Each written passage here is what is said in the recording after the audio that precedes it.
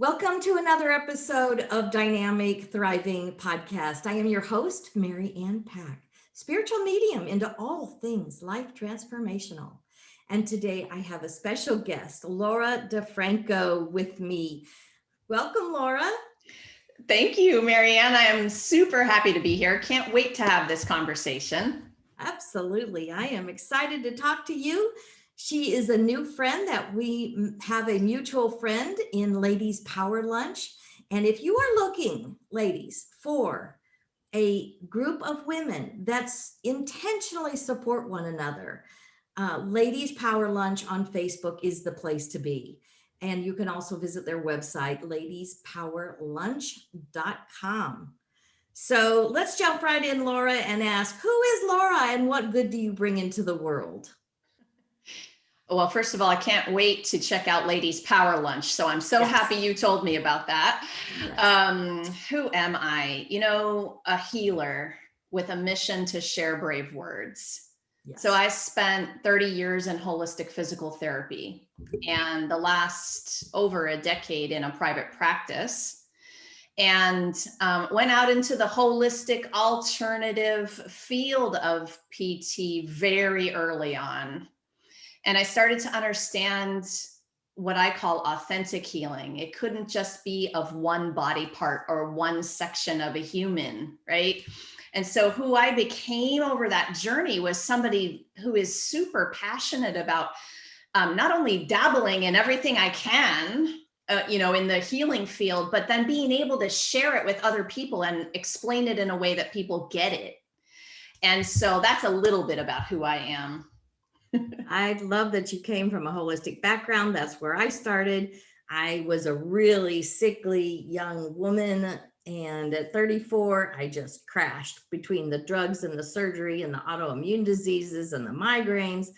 And I got some relief at that time through natural supplements and detoxing and things like that.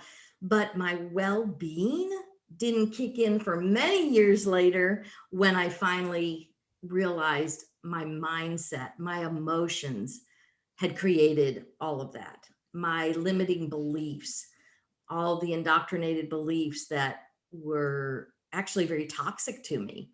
And so I love that you started out in holistic because that is very near and dear to my heart because that's where I had to start. And so I'm very, very happy that's where you came from. So you are the CEO of Brave Healer Productions. Tell us about that. What is that? Thank you. We publish world-changing wellness books. And that's my line. That is what I want to be known for. So I kind of joke about this, but I have a mission to publish 1,000 world-changing wellness books before I die. And since I'm 53, that means I'm going to probably have to make it to like 94 to be able to do that. There you go. I figured that's a really good goal to have. And honestly, the mission underneath the publishing company is to support the business success of the author as much as the healing journey of the reader. Yes. We love books about healing and self-discovery and all of that good stuff. And we aim to teach people. And the first collaboration was born in the beginning of 2020 when I realized people needed to understand how to heal at home. Yes. They lost their ability to go out to their healers and their healthcare practitioners. So I needed to figure out a way to bring it to them. And we started to publish little toolkits with self-healing tools.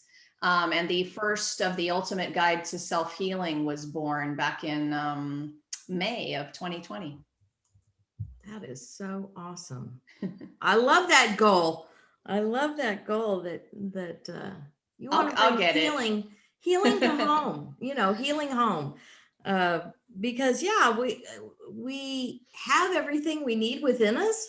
Yes. We just need somebody to guide us, to pull it out of us, to help us understand. And I love that you make sure that it's in a form that is so readily integrated that you can bring that out. So our topic today is how to have fun with your fear and change the world. Woo, that's a topic right there. How to have fun with fear. Is that possible? It is. It's about reframing it. I had written so many books up until the point that I launched that's the title of my newest solo book, How to Have Fun with Your Fear. But I had written about healing a lot. Mhm. And when I looked at all of that, I realized one of my very favorite subjects to write about was fear, but really not just about that feeling of fear that we have inside, and not the fear science, because that's been done before. Right. But I wanted to help people differentiate, and I call it purpose-driven fear. That fear that you have inside about something you really want to do, something that you might be a little afraid of, but it's burning inside, that you want to do this and you want to share it out loud and you want to play bigger in the world than you ever have before. So that's the kind of fear that I take the reader through in the book, and some exercises to get through that kind of fear. I love that, because we all have some level of fear. Sometimes it's actually crippling. Our beliefs are so powerful. And again, a belief is just a thought you keep repeating. And if you can stop repeating it, that quells the fear. But, we have to just put something else in its place to activate something else, a better belief that's more supportive of us. So I love that you're addressing fear, because we all understand fear, and it's very pervasive in our world for sure. And it's about recognizing the feeling. And the problem is that Yes. some of those purpose-driven fears have the same feeling as our primal survival kind of fear. Yes. And except for they have these added qualities, and they are more excitement versus just that dread, horrible fear feeling, right? The idea comes up and up and up again and again because it's your soul calling there. Yes. And it's going to come up again and have you face it, to help you move to that place that your soul already knows where it needs to go and how to get there. It's just trying to remind you this way. Yes. So yeah, I love talking about that. It's a game changer when you can reframe it. Yes. And it's that little, it could be that little twinge of fear. Like you said, we know on the other side of it, it's going to be greatness. That's what our soul is calling us to. And to step on that other side, take that step beyond the fear, and this glorious world opens up to us that we never dreamed possible. And so I absolutely love that. So what problem do you help your clients solve? What transformation do they receive? Well, you mentioned mindset a couple of times, and funny you should mention that because, well, first of all, awareness is everything. Yes. And so awareness of your thoughts is everything. And I'm writing a new book about that right now. I'll be finishing that up in the next few weeks. But what I help them do is up level the awareness so that becomes not only a practice, but a discipline. And when you're in that every day, when you're allowing yourself, giving yourself permission to feel everything, and then paying attention to the thoughts, and if they even align with who you are and what you want to do down the road, right? The awareness gives us the choice.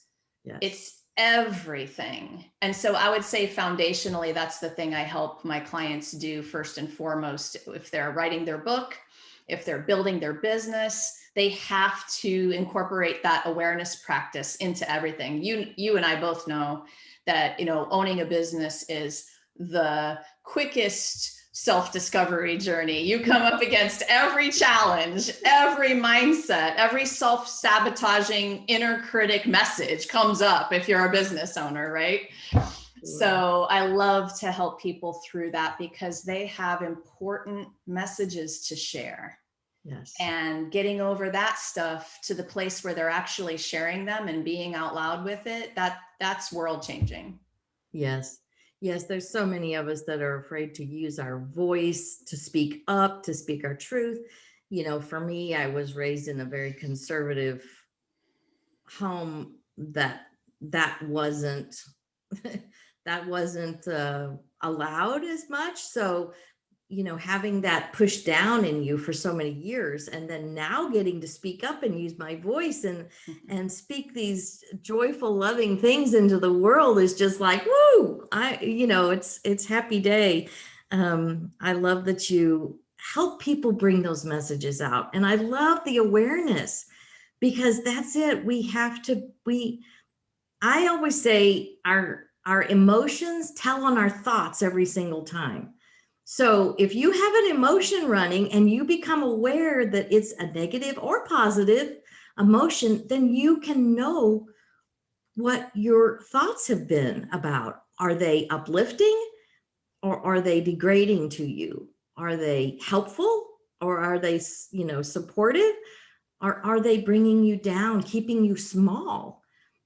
So yes, being aware of how we feel, and allowing ourselves to feel all those, because as a practitioner of the law of attraction, for so long, I wasn't allowing myself to feel those negative emotions. And so I kept pushing against them so they'd rear their ugly head even stronger instead of just allowing myself, giving myself permission to say, okay, I'm going to feel you for right now, and then we're going to move forward. Exactly right. I have a question, or not a question, but something I say to myself when that comes up. I'll just pause with a breath and say, oh, that's interesting. And I try not to judge so much. And then, like you say, the important piece there is moving on. I mean, as a healer, I've learned the importance of feeling everything fully so that the healing can happen. Right. And when I talk about positivity and law of attraction, people will say, well, you need to feel your feelings first. And I say, well, don't worry. I've created a whole life of understanding how to do that. But it doesn't mean you have to stay stuck there.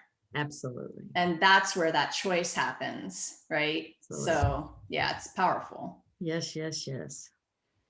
So what makes this approach different from what other people do, or, what sets this kind of work apart from some other, coaching or publishing houses or whatever? Well, if you want to talk about the comparison with publishing houses, those aren't typically people who have dedicated their life to healing running them. Yes, yes, yes. And that's why I'm unapologetically niching my business for fellow healers and practitioners, because I get it, because I get what they do, and I get how to express it in a way that not only their prospective clients understand it, but that makes them feel worthy and good and proud of what they do. There's so much fear in sharing, their offerings, because they don't want to come across as, and then you fill in the blank, right? We're also worried about sharing and selling what we do because we don't want to be thought of as salesy or this or that. But I do this from a very grounded, centered, and embodied place. That's the difference. So we can't think our way there. We have to stay grounded and down in this powerhouse body that we have, which is it's giving you messages all day long. Yes, yes, yes. And it's are we listening? A lot of the times we're not listening. We're up in our head instead. And that for me hasn't worked so well. Yes. Yes, it's like we start using our logical brain or whatever, and the mean girl sitting on your shoulder, whispering in your ear how, you're not worthy. You're not, who would read your book? Who would listen to your podcast? Who would, whatever had happened, who would coach with you? What do you have to say? And that your inner being is there supporting you, saying, you are goodness. You are greatness in the flesh. Speak up. Use your voice, use your words, write, because the world does need this, because this is the way, basing it on your energy, that you're embodying this. This is tremendous for a publisher, because like you said, you're not just out there in a business to have a business. It's a heart-centered business. It's a feeling-centered business. It's a change-making business. And that's, I love. So I always say our mess is our message. So what was your mess? Why do you do what you do? Oh, wow. So many messes we could Yes. talk about today. Um, I was just talking to a bunch of my gals in a class, and we were talking about the timeline of our lives and all the messes, like all of these pieces but the cool part about it is that they made us who we are today doing Yes. what we're doing. So I look back at my divorce and I feel very grateful. I feel grateful for my ex-husband coming into my world and helping me understand certain things about myself. Yes. Was that a good year? No, it was the worst of my life. And right? And not but.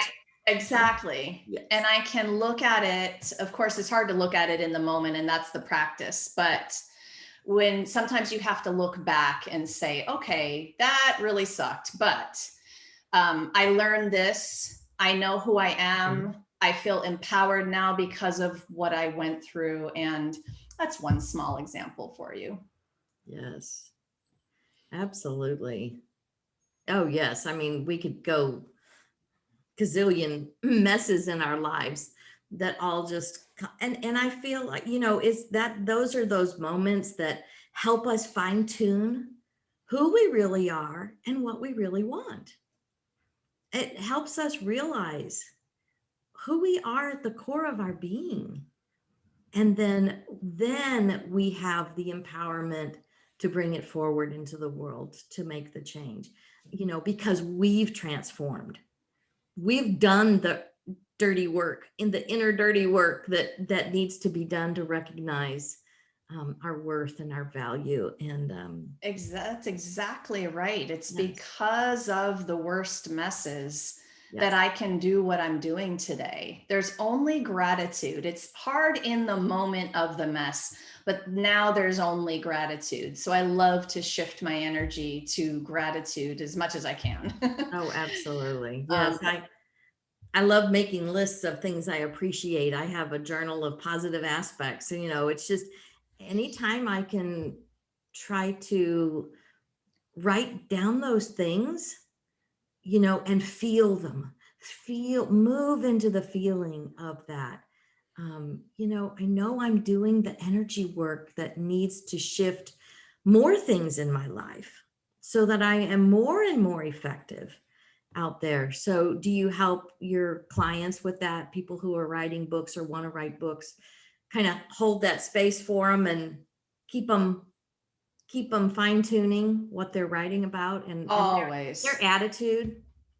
Always. I mean, the biggest question is like, what story should I tell? What story is book worthy or blog worthy, or, and they all are. But the question there is, can I help somebody through telling a story in a very raw and authentic way? Because that's building your know, love, and trust with your readers. They want someone who's going to trailblaze the authenticity. They need you to go first. Yes. Right. And especially for me, when I'm asking you to write your story and be brave about it, well, I kind of have to do that first so that you can watch me and how I do it. And then you can say to yourself, well, gosh, if she can tell that story, then I can certainly tell my story. And it's world changing kinds of stories we're talking about. People don't realize that the more personal you are, the more universal that message. We all dampen it down and we try to protect people by not sharing those personal pieces, but we're not doing them any favors. They'll resonate in the personal details of it because, they'll be nodding their head and they'll be saying, whoa, that's me. And there she is sharing that, right? I get really excited about this. Yeah. Because it's so powerful. It is. It is. For a long time, for years, I really wouldn't talk about the religious trauma that I dealt with, the very suppressive life that I lived, very, under the thumb kind of power control. And it really made me feel like what I write about a lot is, feeling like a religious refugee. And then beginning to come out of that, not until my mid 40s, and then becoming a spiritual sovereign, that I rule my life. No one else can do it for me. It's only if I'm allowing their influence on me. So I love that you're bringing, that you're holding that space for them. You talked about, a guide, and I refer to my clients as they're on a quest. They're on a quest for more from life, for more, because that's the mantra of the universe, is more. So everyone that's ever been on a quest has to have a guide. They have to have a mentor. They have to have someone who helps them over, around, under, and through their obstacles, their resistance, their nemesis. So I love that you will hold that space for people to be able to guide them as they write their books, and even giving them the space. It's almost like we have to give ourselves permission to be that vulnerable, because I did. It was like this was kind of the final area of my life that I felt like I had to surrender to and say, yes, I will talk about it.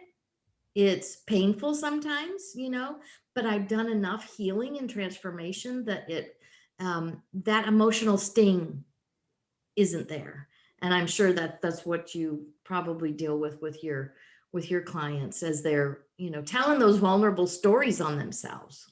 Well, and there's a fear, so many fears, right? Getting back to that idea of the purpose-driven fear. There's a fear of it not being good enough, or bad enough, or this enough, or that enough. And I love to say, your fear of not good enough is boring at this point, because what if when you share, you change someone's life? So then, okay, we could be a little bit more brave when we realize that that is what we're doing. And it's hard to tell those personal stories, but I love to share with people. There's always a way to tell the story where you still feel really good about it. You're not here to bash anyone or hurt anyone or offend anyone, but you're here to tell your truth and your version of the story. And there's always a way that you can do that works. Yes, absolutely. Yes. So you have a book, and I want you to tell us about your book that you said it's your latest solo book. Yes. Can you tell us about that? Yes. How to have fun with your fear, share your brave words, and change the world. This was that book that came when I realized I loved teaching about how to have fun with it, how to reframe the feeling inside, because that's all that is. When you're afraid, it's a feeling. I don't know how it is for you, but my chest gets a little tight and my gut starts to clench and I feel a little cold, and right. And so when I started to realize that fear sensation, but then I realized, oh, but you're having this because you're about to go stand on a stage. Yes. You're having this because you're about to publish this new book, whatever. I could kind of talk to the voices and I could say, hey, I know you're trying to protect me, but I got this. We got this, right? We do this together. So I wanted to not only talk about that kind of fear, but I wanted to guide people with practical exercises. Yes. So how to have fun with your fear is a journey where you'll be journaling and doing some mindset exercises. I think it's 136 affirmations in one chapter in this book. Tools, because we need them every day.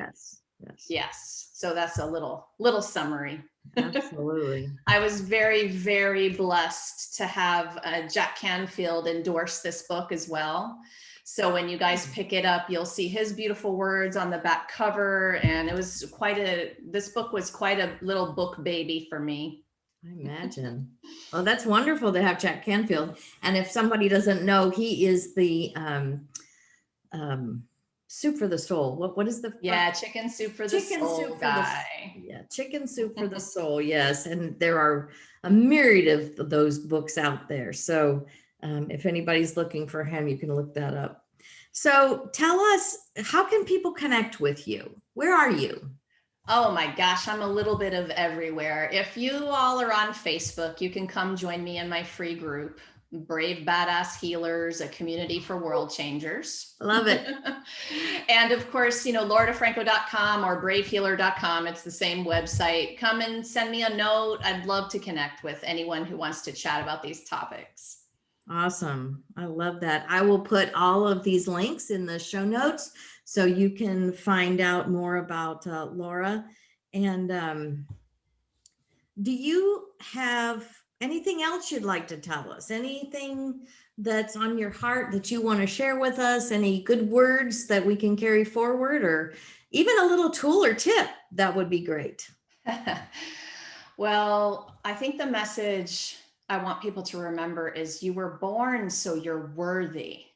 Your message matters.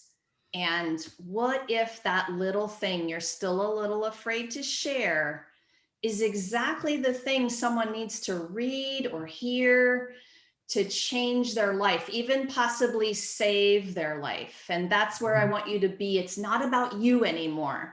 It's about the person whose life could be changed with your courage in sharing your own life. And that's my favorite message to share. I love that message. Yes, because I think when we feel a calling to do something, we feel that pulling, that tugging on our heart to do something. It's actually our inner being calling us, because someone is calling you, not someone like you, but their inner being is calling to your inner being to get you moving, because your message matters. This using our mess matters, working through that fear. So I definitely encourage you. I'll have the link in the show notes for her book. There's an Amazon link that will be in there. And then, of course, lauradifranco.com.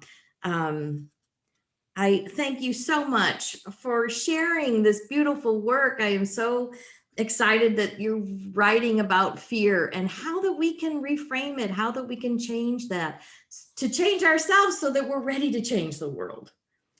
Get out there and show our worthiness, because we certainly are. We cannot be less than worthy, because it's who we are at the core of our inner being.